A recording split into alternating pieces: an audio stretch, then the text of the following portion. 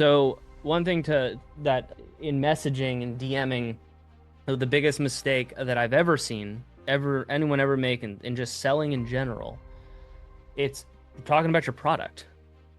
Mm, The yeah, point of the questions is to stir up the emotion motion and to to get piss them them to off so they yeah. buy. So there's a reason why I can do one call closes off of to strangers is because I understand the emotions, right? Everybody here, were you when you joined my program, were you looking for a coach? No. No. Jess? Ryan? No. Ilias? You were looking for a coach. Yes. Oh, okay. So we got one out of one, two, three, four, five, like five. So I mean, it's a sales coach, someone okay, who can cool. help me take my sales to the next level in terms of messaging, how I talk to people. Okay, but Also, you were trying to solve a problem, yeah, right? So everybody here, you guys had a problem. Did you care if it was coaching or done for you or done with you? You didn't give a shit. If it was a script, if it was a magic spell, you don't give a shit. You just want the problem gone, right? So one thing to that in messaging and DMing, the biggest mistake that I've ever seen, anyone ever make in just selling in general, it's talking about your product. It's Mm, talking about being or do you want a coach? Are you open to getting a coach? Like it's running rampant. And mm, if you look at what everybody said here, nobody actually wants a coach. I don't want a coach. I don't want to be told what to do.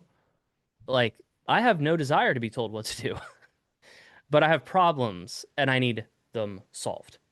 Literally nobody's looking, quote unquote, looking for a coach, looking for a copywriter, looking for a fitness coach person, looking for, no, what they're really looking for is they're sitting in problems. Most people are like weighed down by problems and they're sitting in it. And if you come in on the conversation curious and asking questions about their problems, they'll tell you the problems and then it'll evolve into a conversation about a potential solution. And then that might be coaching, it might be training, it might be done for you, it might be done with you, it might be a magic spell that you cast on them and the problem vanishes. But regardless, is a transaction that will be coming up soon, where now they're in. It's called they're in the pocket, right? So there's a sales expression called being in pocket, and so it's when that you can feel that they're ready to buy, they're ripe. And what happens is that they're get to that point of they're ready to buy because you've stirred their problem up. And the more they talk about their problem, the more stirred up they get. Like, oh, it's pissing me off. I need this problem solved now. And then they say, here's my credit card. The ideal scene for any marketing and sales process is how do you get the prospect to purchase with less shit that you have to do? mm, That's all what we're looking for. If I could just say like that's why the chat closing world is getting so like big and like people are it's so popular or like automatic clients or clients on demand or fast clients or easy quick clients that don't ever talk to me or clients that I've never met before and they just send me money and I don't even deliver a product. Like that's the mentality of the world. Like that's what we're trying mm, to do. We're all trying to get clients faster, quicker, easier to pay us more money with less of us doing shit. So mm, people who have no like intention, like what they'll do is they'll make a comment and they'll mm, say something like, "I don't like this." mm, mm, Great. Thanks for telling me your fucking opinion. Who are you? mm. I don't care. I personally don't care. Do you want to answer the question? So I'll just ask the question again. So is that a yes? And then if he says sure, I'll say I ignore the earlier thing you said because it's irrelevant to anybody because you're just wanting to be insulting for what reason I don't know. And then what you do is you start getting into an argument about something that's totally irrelevant. Well, my coach makes money with it. He goes, yeah, well, who is he? And then it gets into this stupid Mm, back and forth. Why? For what? It wastes to waste your time. mm, mm, mm. So So, just ignore. yeah, you don't Yeah, have to talk to everybody. yeah, yeah. That's great. That's And then you're bringing it up here. I have a question on this, and it's like, how much time have you spent on this asshole? He had no intention to buy ever. yeah, yeah. It's like. There's Kick a them lot out. of them though. There's a few of them at the. I've Yeah. noticed as soon as they're established and they're not newbies, they all give me this sort of thing. Like, I've already sussed it out. Yeah, it's because they're jaded. Yeah, So what you're doing is something happened to them in the past where they got burned, or they interacted with a coach, they got hard sold or something that was traumatizing to them, and it's re-stimulating. You're re-stimulating it. yeah. So it's Can I bringing just up the past. I call this the sweeper funnel at scale because basically you're going outbound direct messages where people don't have any sort of like they're not in a community of yours, or they're not in some sort of they're not a fan, it's outbound. They're not like uh I am your biggest fan, Marie. Can I please get on a call with you? It's not like, it's not that. And what a lot of coaches online teach is how to make yourself the center of attention, um, and to be able to magnetize leads towards you. And it sounds really good in theory, but until that happens, which it will happen one day, but until that day comes, you need to still make money. And so the reason why I built an outbound system is because uh, I don't fucking want to wait until I'm famous. So honestly, like I don't want to fucking wait. I want to make money now, and I want to be able to make seven figures a year as a coach without being famous. And so I built this. So basically, what you would do is you would put this is kind of the idea is you would put a lead gen assistant here. Okay. And I'll get to the what do you say on the calls and everything. But you would put a lead generation assistant in charge of this DM flow, and it'll be about 300 to 500 new DMs a day on all of these platforms. If you don't have a lead gen assistant, you're doing what Marie and Majgan are doing, which is they're doing about 75 to 100 DMs a day. Which at their level, that's exactly what you should be doing to grow the cash flow before you start making hires. Okay. So you're doing about 75 to 100 DMs a day. Great. You're going to make sales. Like it's just a matter of time because the outflow equals the inflow. It's a direct proportion. So you'll have a conversation. So let's say you're just doing one channel here. You're doing Facebook outbound, right? You're just doing one channel. Facebook outbound to new DMs. So new DMs on Facebook, right? Conversation, and then you make a call offer after the conversation. Now, um, there'll be two, it'll be divided into two different types of people. There'll be a very, very cold where Majgan, you were talking about, um, do I make a call offer so early? Like we just started talking, but I notice if I keep talking and talking and talking, it'll burn out the conversation and they won't go anywhere, right? And which is true. So what you'll notice is there's really only so much you can do to warm them up in the DMs. So if they're warm, basically they're like, "Hey, I've always wanted to work with you." Let's say you just stumble across someone who's just been watching, like cool, like it'll happen. Hey, I really would like to work with you. Then it's a pre-call VSL, video sales letter. Okay, you send that to them after you book the call, and you go straight to a sales call and you go straight to close. Now, a cold, semi-cold, you send the pre-call VSL and then you do a triage call.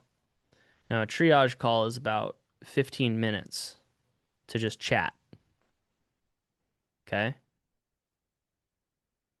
And what you're doing is you're asking questions, you're getting to know them, and you're really building rapport. And you're kind of the whole purpose of the triage call is to lower their guard a little bit and to show them, hey, there's no offer here, no big deal. And also, you're qualifying them. So you're lowering their guard. You might not be able to qualify them in the DMs. That's fine. Get them on a triage call, lower their guard, ask some questions, and qualify. And then you find out if they're a good fit.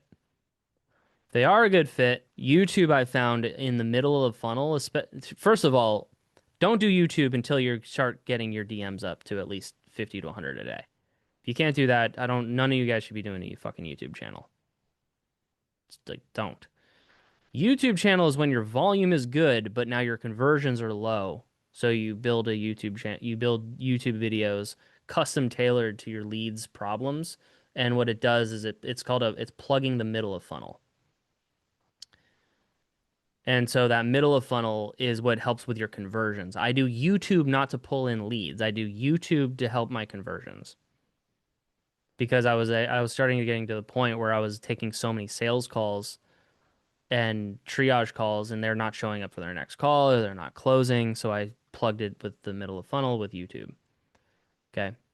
And then what you do is you send them, you'll have a whole library of YouTube videos that are custom tailored for their exact situation. Say you're talking to Majid, maybe you're talking to a coach who thinks that they'll never hire another coach again. So you make a YouTube video about it. Well, where is that belief coming from? You got burned in the past, you don't, whatever, and you explain it and you say, well, you're going to have coaches. If you want to continue to grow in life, you're going to have coaches for every level that you go at. You make a video about it. Cool. And that's the belief that they need to have. Can I ask a question, please? Mm-hmm. How do you describe the triage call to the person on the DM? Is it Yeah. as insights or? Yeah, so basically everything is the frame of the call is Mhm, about solving a problem. mhm. It's just, hey, I can help you fix this problem. Let's hop on a Okay, 15-minute call. okay, got it. Yeah. Thank you. I have would you be open to hearing my feedback? Yeah, let's hop on a 15-minute call. All right. Amazing. So now where Maria was getting stuck is right here. Like, how do we now tee up this sales call? Right? So if you look at the sales script,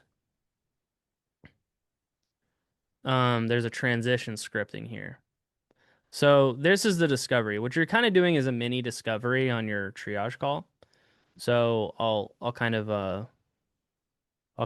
play around with this here. And now here's the thing too, is the triage call could warm them up so much that you just go straight into the pitch. It could turn into a sales call. Keep that in mind. Today and last week, that new client that I closed was the perfect example of. So she gets on the call to do the triage, to do the insights, and I Yeah. said, I pulled up my sales script, pulled up the notes, and da da da. So what happened was she started talking, and I was like, okay, let's get the intention for the call, and I started trying to tick off the boxes going Yeah. down the Yeah, that's line. fine. Very quickly, it turned into, holy shit, she definitely needs help with That's the. fine. And I said, listen, you were booked on a call to get insights. There was no sales call, okay? However, given the conversation that we're having right now, it would make sense for us to explore further what that would All right, look pause right there. like. It's a purposeful accident. So the sales call, the triage call, the appointments you're setting, all need to be framed as this was an accident. Yes. Everybody here, it needs to look like it. If it's pre-planned and pre-intentioned, that's the problem. Your Yeah. guys are like, well, I booked you for a triage call. And they're like, what the fuck's a triage call? Now it's time to book you for the sales call. Well, I don't want to hop on a sales call. No, I want to hop on a call, talk to you, and then if it makes sense, I'll walk you through what I do. Yeah. It's like, hey, I'm gonna take you on a date so that I can have sex with you. No, maybe if it turns into it, is the fucking idea. That's what you don't want a guy to be that fucking rigid about it. You know what I mean? That's the same with sales. Hey, Yeah, we're gonna hop on a call, one thing leads to another, and all of a sudden you're paying me money. I want everyone here to center your sales process around what people fucking need, not what Dylan says. Like, please help them cross the line. If we look at your stats, we have way too many people that didn't get an offer. They Yeah. really all should have gotten an offer. Yeah. It should be about 90%. 90% of people need an offer. There's this belief that I don't know why everyone is so tiptoey around sales. Sales is saving people's lives. I don't know why y'all are so fucking tiptoey about it. It's like, but they're gonna get resistance and they're gonna say, oh, but you tricked me, you bait and switch. Yeah, I did to save your fucking life. Because you wouldn't have hopped on the fucking call if I would have said, let's solve your actual trauma. Well, And to I'll be tell fair, them directly. Like, you just wouldn't. You and I both know you wouldn't hop on the call. but I'm definitely getting more confident in that given the Good. clients I'm helping and the conversations that I'm having with people, Yeah. like cooking charts. So I think I'm definitely getting more confident in that myself, I think, as well, going, Good. no, there's a And reason. you know, your industry isn't that, it doesn't have any sales resistance. Like, I've been in some high sales resistance industries. Yours has like no sales resistance. But that's the skill of learning, isn't it? Like that's what we're trying to do is learn the skill. Yeah, So the true. use the resistance. Yeah. What I found is sales resistance comes from tiptoeing. Yeah, I Actually, agree. you make people on edge when you won't be direct about it. What I want you guys to know, just keep this in mind. What you got to do to get them, because each part of the process has its own target. The Mm, DMing, the target for the DM is to get them to the call. yeah. It has Mhm. nothing to do with the call itself. Okay, got it. When you're on the call, what's the triage call is to get them to a sales call. Yeah. A sales call is to get them into the program. The Yeah. program is to get them from each stage in the program, and then the program itself is to get them to the upsell. I think then I was getting wrapped up a little bit and going, oh, I'm not getting enough information from them on the triages. And now I'm like, no, Mm. actually, it's fine. I So can who sell. cares about the information you're getting? You're going to get the information on their onboarding form. Yeah. The questions are a ladder of their tone. The Exactly. point of the questions is to stir up the emotion Motion Mhm. and to to get piss them them to, off so they yeah, buy. That's the yeah, point of the Yeah. questions. yeah, yeah. It's And really it's the all, only thing. Like, the reason I ask the questions is for them to become aware that they have a problem, to get them pissed at the problem, to get the emotion out. Some tears will happen, the waterworks will turn on, the anger will turn on, maybe some frustration, um, maybe resentment at other coaches, but at least they're going up tone on it. Right yeah, now, because they have no solution. So what happens is problems cause us to go. Everyone here has seen the tone scale. yeah. No, Have you not seen it, s- Modkin? I don't think so. Good. It's in the program. Perfect. This is what I'm going to give you guys, everybody, an understanding of why we ask the questions. So this is a scale of the mind. Okay. At the top, you got your serenity, and at the bottom, the very bottom, you have a total failure. Okay, let's keep it simple. Okay, so any human being is either at the bottom, they're dead, like there's no more energy to keep the body alive. And at the top, they're enthusiastic about life, and they're seeing that life is great and it's worth living, and that's the emotion, right? So that's how the being animates the body. Okay. And now what you can see here is there's behavior levels, there's behavior and physiology. So at the top, they're excellent at projects and execution. They have a fast reaction time. Now, if you can get a bunch of clients that are up here, holy shit, everything, like, they will do everything you tell them and they'll all get results. So it's like it's a tone thing. Okay. Good at projects and execution. Relatively inactive but capable of action is boredom. Capable of destructive and minor constructive action is an antagonism. Capable of destructive action, which is anger. Capable of minor execution, which is covert hostility. Capable of relatively uncontrolled action, which is grief. And then there's no action down here. Make sense? Mhm. Okay. And so the higher up the scale, the more able and capable the person is. Right? And also their IQ is higher. They're more loving. So at the top is a strong affinity.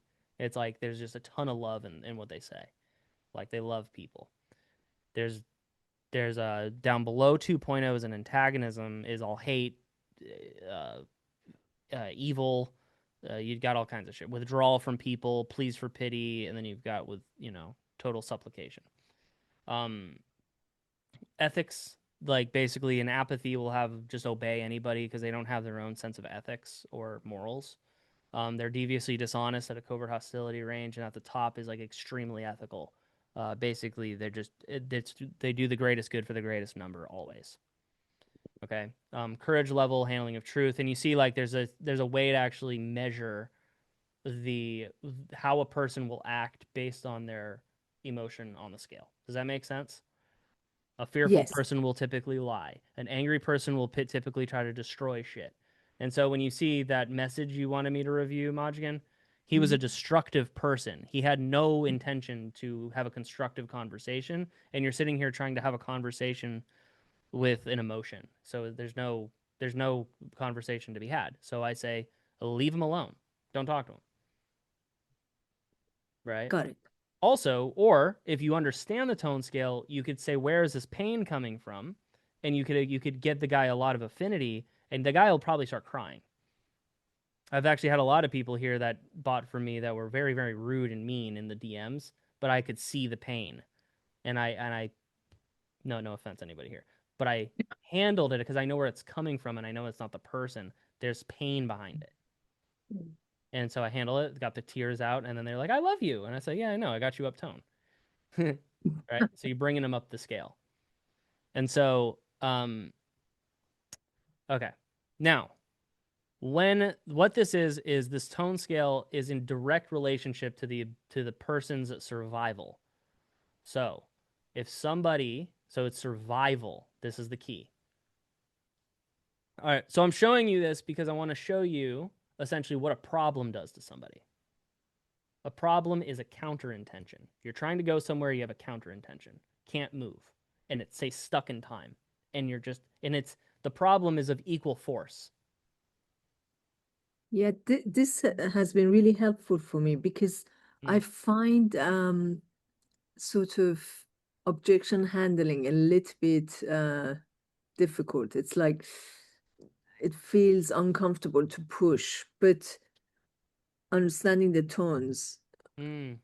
I sort of get that's, I should be trying to move them up. Yeah, because the objection handling would be a lot different if they're in a higher tone. It Mm-mm. seems very irrational when they're in a lower tone, which they'll say, I gotta go, I gotta think about it. I just gotta think. But what do you gotta think of? But stop. It doesn't make sense because they're in a lower tone. So if Mm-mm. you gotta time it right. So there's a point in the Mm. sales process after the discovery. And also I'll decide if I do a triage call or a sales call based on their tone.